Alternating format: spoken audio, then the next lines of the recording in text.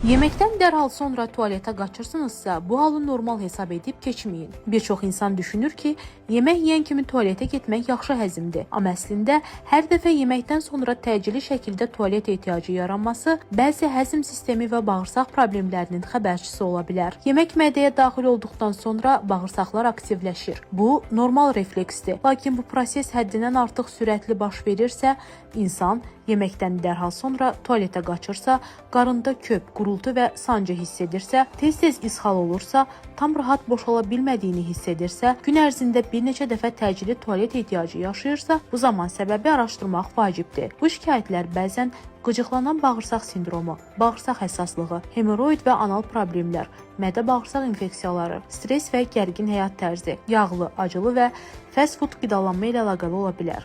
Ən təhlükəsi isə odur ki, insanlar illərlə bu vəziyyətə öyrəşir və həkimə müraciəti gecikdirirlər. Halbuki, davamlı həzm problemləri həyat keyfiyyətini ciddi şəkildə poza və bəzi xəstəliklərin erkən siqnalı ola bilər.